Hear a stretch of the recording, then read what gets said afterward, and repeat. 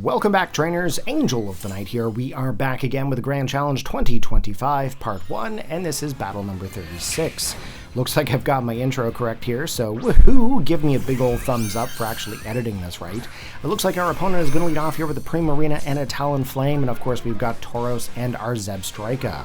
Now, of course, we do have Intimidate off onto the Tauros, so it's going to drop the attack stat of our two opposing Pokemon, the Talonflame and Primarina. Now, I am actually going to go for the Terrestrial change here with the Tauros, and the reason being is that the opposing Pokemon is a Flying type, as well as the other Pokemon is also a Water Fairy type. Those three types are not good for this Tauros, so we are going to try to be able to resist with the Tera change.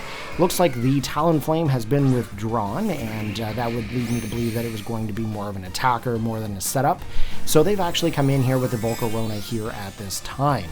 Now Volcarona, of course, you know that they're pretty much going to go for the whole Quiver Dance and the Heat Wave situation, but hopefully we can actually get this thing taken out before it actually does any kind of a setup. So here we go, we've got the Terrestrialization to Fairy. It looks like our opponent is also going to go for the Tera change, and of course that is for the Primarina. Now Primarina, of course, has gone in for a Grass type, and that actually kind of confuses me a little bit, but I can understand why they did it. It's mainly due to the Zebstrika's Supercell Slam. Obviously, that's a great resistor, is going in for the Tera Grass. However, we do have the Raging Bull, which is a Fire type move, and that actually could potentially be a big threat. However, we did just go for the Rock Slide here. That actually did quite a lot to the Volcarona, and as you can see, it's taken it down below half HP. One more Rock Slide would likely finish it off. So anyways, we've got the Zebstrika here. We are going to go for the high horsepower into the Volcarona, and then of course we are going to swap things up. We're going to go for the Raging Bull into the Primarina, and that's of course hoping that we're going to be able to outspeed both opposing Pokemon. At this time, we don't actually know what the speed investments are into the Volcarona, so we don't really know if anything is going to actually catch us off guard. With the Primarina, I'm assuming there's probably going to be a Hyper Voice. They're usually the Throat Spray movesets. I've seen one Choice Scarfer in probably the last month of battling. Usually everything is always a Throat Spray, but we're going to see what happens here. The Volcarona has gone for the Protect, of course, meaning that we're not going to be able to make any kind of damage to it this turn. Same thing with the Volcarona, so basically this entire turn is wasted. Pretty much what they're doing is they're trying to scout what my Pokemon are going to do. Obviously the high horsepower was meant for the Volcarona, and the Raging Bull was meant for the Primarina. Now what you're probably going to see the next turn is probably a swap out. You're probably going to see one of these Pokemon swap out for maybe the Talonflame in order to avoid a move. But in case that they don't, I am going to select into the high horsepower to the Volcarona, and as well I am going to go for the Raging Bolt into the Primarina. Now, of course, here is the Volcarona swapping out, and a new Pokemon is coming in. It's going to be the Talonflame, and of course, Talonflame is going to be able to resist that high horsepower due to it being a ground-type move. Next Pokemon coming in, the last and final Pokemon on the opposing side to be revealed, is the Tyranitar. Now, Tyranitar, of course, is going to set up the Sandstream, and that is going to take away some health from each of the Pokemon every turn, except for the T-Tar. We're going to go for the Raging Bull here, not very effective into the Tyranitar due to it being a Rock-type Pokemon, and as you can see, there is the buffered Sandstorm going up onto all of the Pokemon. Now, it'd be kind of cool if it actually just blipped right through it. I think the little animation of the messages are a little bit much every turn. We know that they're going to get hit. Talonflame, of course, going for the Tailwind here. That's going to boost up the entire speed of the opposing side. However, we are still going to be able to outspeed. There's the Supercell Slam coming into the Talonflame and being able to pick up that KO. Now, of course, T-Tar is still on the opposing side, and we lose a little bit of health there due to the Life Orb. We're going to go in for the close combat. We actually managed to pick up the KO onto that T-Tar. Woohoo! We are back into this match, ladies and gentlemen. We are ripping and rocking. That Rock-type Dark Tyranitar is now down and out. Thank God. Or in this case, thank Arceus for, helping us out here. I'm pretty sure we didn't need the assistance from that Pokemon, but the last two final Pokemon, obviously, is going to be a Grass-type Primarina and as well a Volcarona.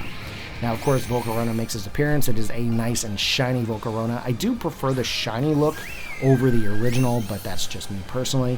Primarina, I'm not really a big fan of Primarina. I don't know why, it just never really stuck with me for any reason. I'm definitely more of a Litten and Torracat and Incineroar kind of person, although I will have to say the Decidueye is pretty badass as well. Excuse my language, I normally don't say that type of stuff into the battles, but you know what? I've got like 10 more battles of this series, and I am just ready to rip right through the commentaries. So here we go, there's the Giga Drain coming in for the Volcarona, taking away a little bit of health there from the Tauros. Obviously not enough to knock me out, but it is enough to bring up the HP onto that Volcarona. To be able to survive that hit from the high horsepower, obviously Life Orb, high horsepower is not really doing much. Here's the Hyper Voice coming in from the Primarina, being able to pick up the KO off onto the Zebstrika, and the Tauros bringing us to a 2v2 battle. So the actual teams are paired up here at this time, 2 out on each side, and it looks like the Primarina has boosted up its special attack stat with that Throat Spray. Now they are going to lose a little bit of health there from the Sandstorm, and of course my Pokemon are going to be coming in ripping, rockin' fresh. So here we go, a little bit of HP coming back onto the Volcarona there due to its leftovers. Must be Chinese food, guys, because quite frankly, no one ever has any leftover Thai food, let's be honest. Here comes the Maushold coming onto the field there. Of course, you guys know it's a normal type Pokemon. And of course, it does have the ability to go for the Population Bomb, which can hit 10 times in a row. And that's exactly what we're going to do here. We're going to go for the Population Bomb into the Primarina. And of course, the Annihilape is onto the field. The big, bad monkey Pokemon that died from a heart attack from being angry. That thing is going to try to rip and rock right through that Volcarona. There's the Giga Drain hitting onto the Maushold, gaining a little bit of HP back. Luckily for the Maushold family, it is able to survive. Here we go with the Population Bomb. Population Bomb going into the Primarina. It's going to be able to hit up to, I believe, 4 times here. And we are going to be able to pick up the KO off onto that Primarina. Thank God that thing is gone. Because if that thing got another move off, like a Dazzling Gleam or a something along those lines, it would have probably knocked out the entire team that I have remaining.